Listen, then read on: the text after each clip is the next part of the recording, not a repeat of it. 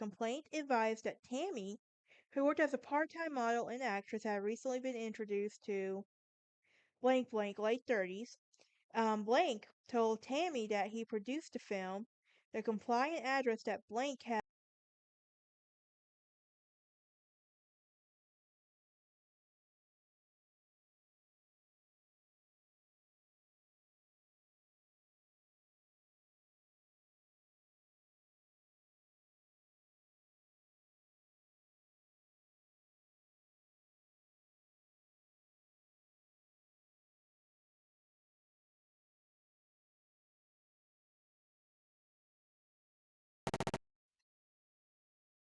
Welcome back to part two of our four-part mini-series of Tami Lynn Leppert, a pageant queen's death.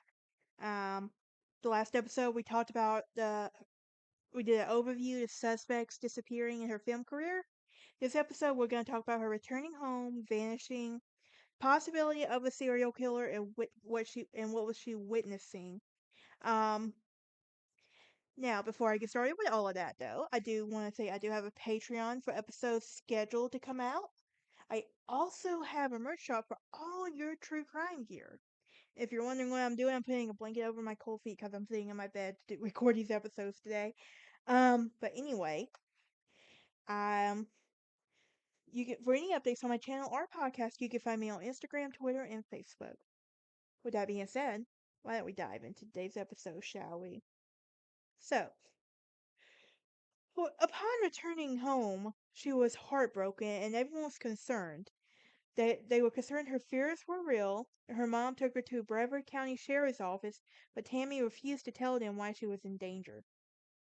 And on July 1st, 1983, Tammy accidentally locked herself in out of the house and used a baseball bat to try to break the windows to get inside. Scarred and emotional, she seemed like she had finally cracked.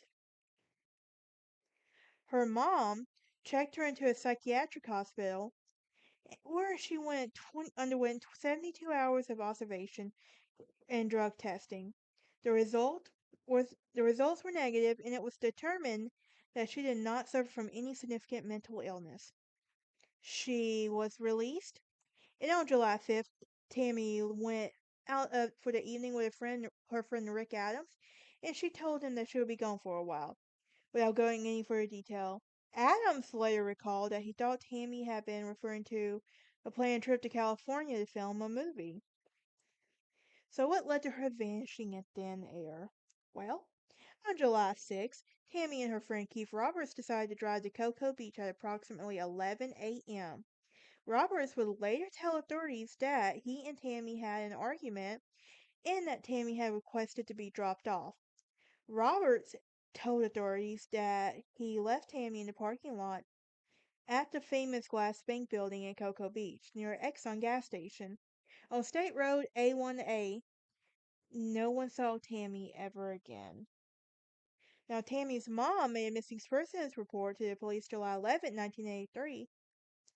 Some had er- erroneously reported that Tammy had no shoes or purse when she vanished, but according to the police report, she was wearing a blue shirt with Flora appliques and a blue denim skirt, carrying a gray purse and wearing gray flip-flops. Local Florida, the local Florida newspaper, the local newspaper Florida Today ran an article saying, "Have you seen Tammy Land?" Ward Roberts said that Tammy called him in Lakeland, where he worked at a bank, and asked him to pick her up. She asked him to borrow $300 and they fought because he would not drive her to a friend's house in Fort Lauderdale, approximately 2 hours south. And Roberts would also remember that at that point, she had said, let me out. So I said, okay, whatever you want to do. And that was the last time he saw her. Tammy did make 3 frantic phone calls, presumably from the Exxon station. One to her aunt Ginger Gulch, business lunatics, on the day she disappeared. And she recalled that she sounded like she was really scared of somebody.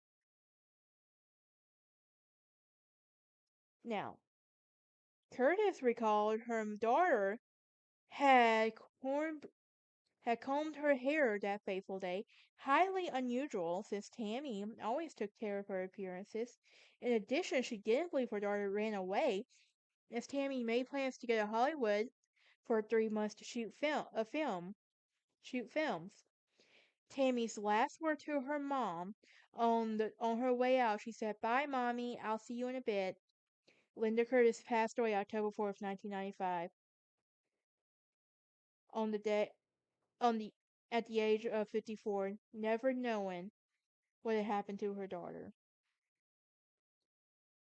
Prior to her death, Linda had been writing a screenplay that accused local elites of having something to do with her disappearance.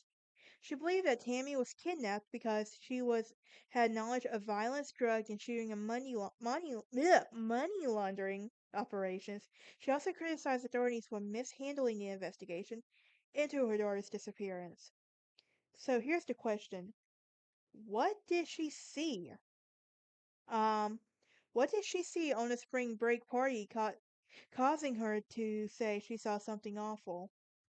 Well, many have speculated that she had been suffering from paranoid schizophrenia, but it is also her behavior prior to her past disappearance leans more towards someone suffering from PTSD, and her extreme paranoia triggered by a bloody scene during the filming of Scarface.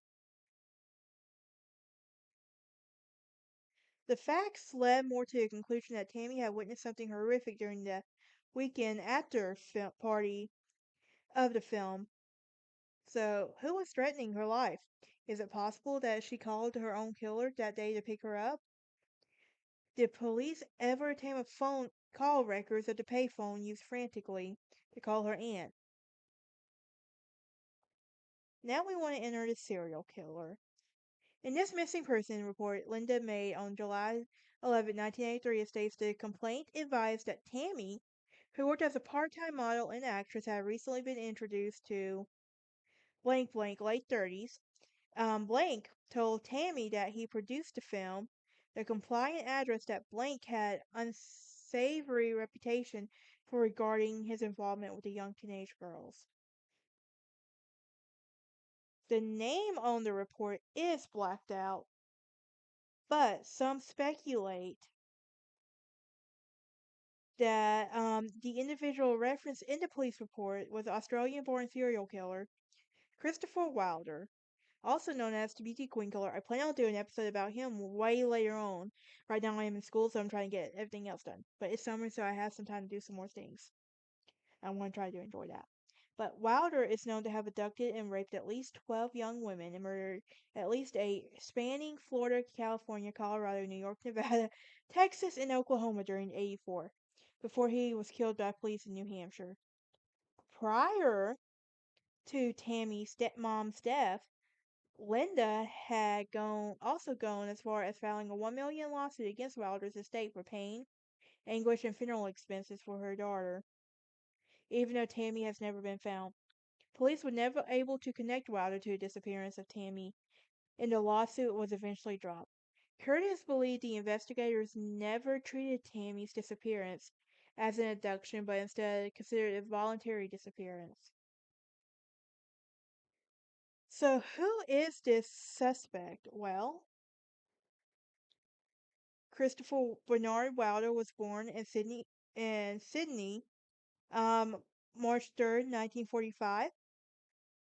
He faced numerous sexual misconduct charges during his early life, including a gang rape in 1962. He pled guilty at the age of 17, having received a 1 year sentence of probation with counseling and electroshock therapy. That's actually a thing. Um,